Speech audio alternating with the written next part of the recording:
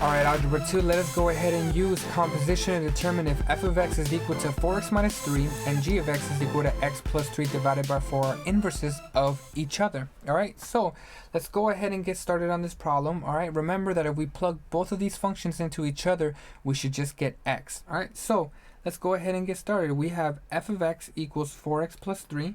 So let's do this over here. So we have f of x. We're going to plug in g of x into our function, right? We're taking this and we're plugging it in for x. So we're going to first have, and I'll use color coordination just like before. All right, we're going to get f of x and then is equal to f of g of x. All right, well, this is the same thing as f of x plus 3 divided by 4 is equal to, all right, I'm going to take this and I'm going to replace it for x. So we're going to get 4 parentheses x plus 3 all divided by 4, all right, minus 3. All right, let's go ahead and see what we get. Well, what's 4 divided by 4? Well, 4 divided by 4 is just 1, so we get x plus 3 minus 3. Well, what's 3 minus 3? Well, that's just 0, so we get x. So finally, we can conclude f of g of x is equal to x. All right, let's go ahead and do it for this function over here. So we have g of, let's plug in f into our function, f of x, 4x minus 3. All right, now we're taking this entire thing and plugging it in for x up here. All right, it's our input, so we replace the entire thing. So we're going to get g of 4x minus 3 is equal to, all right, parentheses, 4x minus 3 plus 3 all divided by 4. All right, and so finally we're going to get, well, we're going to have 4x, 4x minus 3 plus 3 all divided by 4. All right, I'm going to scroll down a little bit here. All right, well, what's negative 3 plus 3? Well, that's just 0, so that's gone, and we're going to get 4x divided by 4. Right, what's 4 divided by 4? That's 1, so we get x, right? And right up here we had g of f of x. Right, that's what we plugged in.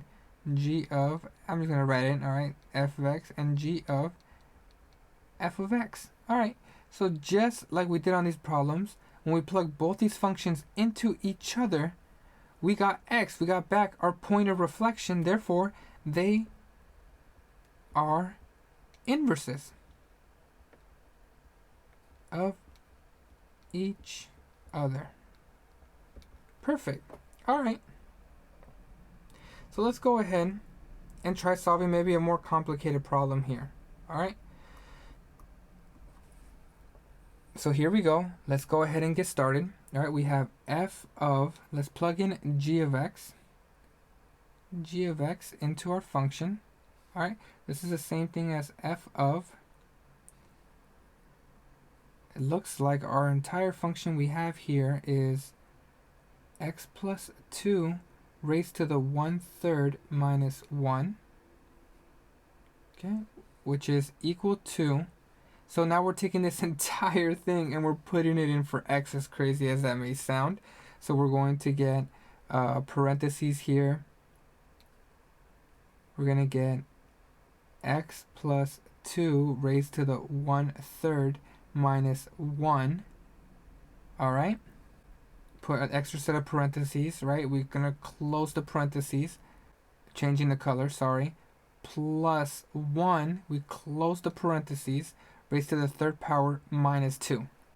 If you notice, what I did is I took this entire thing here, I took the entire expression, as crazy as this may be, and I plugged it in for x right there, which you can see that I just replaced x and put this entire thing in there. All right, so we did that. Let's go ahead and scroll down. We're going to get into our function. We're going to get, all right, so we're going to get f of, I'm just going to write it as g of x. All right, we know it was this right here. That's what we plugged in, is equal to, well, we have, what's negative 1 plus 1? Well, that's just 0. All right, so we're going to get x plus 2 raised to the 1/3. I know I kind of changed colors on this by accident, sorry. raised to the third power minus 2. All right. Well, what's 1 over 3 times 3? Well, that's just 1. All right. So f of g of x is going to equal, well, we're just going to get x plus 2 minus 2, which is the same thing as x plus 2 minus 2. 2 minus 2 cancel, and we just get x. Back to our point of reflection, which is exactly what we wanted here. All right.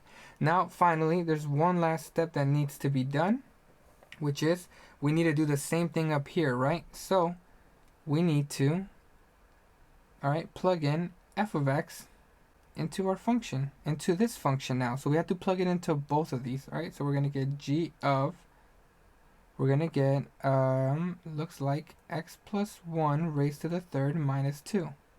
So we're taking that and we're putting it into our entire function. So let's go ahead and scroll down below. All right, I'm going to do this right here. So we're going to have g of f of x is equal to, all right, we're going to get, let me go ahead and show you. All right, we're taking this entire thing and we're plugging it in for x there, as crazy as that sounds. So we're going to get x plus 1. Oh, sorry, get the same color. We're going to get x plus 1 raised to the third power minus 2. Okay, this is the entire thing. Plus 2, right, raised to the 1/3 minus 1. All right, so if you notice, this should be plus 2 here. All right, this is from our original function. Sorry, let me just go ahead and rewrite the plus 2 so it doesn't look confusing. Plus 2 raised to the 1/3 minus 1. All right, so if you notice, all I did was I took this entire expression and replaced it with x, which you can see it's right here. This used to be x plus 2, but now I replaced the entire thing there. So now if we scroll down, all right, well, what's negative 2 plus 2? Well, that's 0. So we're going to get g of f of x is equal to x plus 1 raised to the third power all over 1 to the third minus 1. Well, g of f of x is equal to, well, it's 3 times 1/2 up here on the exponents. Well, that's just 1. So we get x plus 1 minus 1. 1 minus 1 is 0. So finally, we get that g of f of x is equal to x, which is exactly the same thing that we got for both. When we plug both of them into each other, we get the point of reflection again, which is x. We get back to the starting point. So they are inverses of each other. Whew, that was a tough one, right? But we got through it and we worked through it together.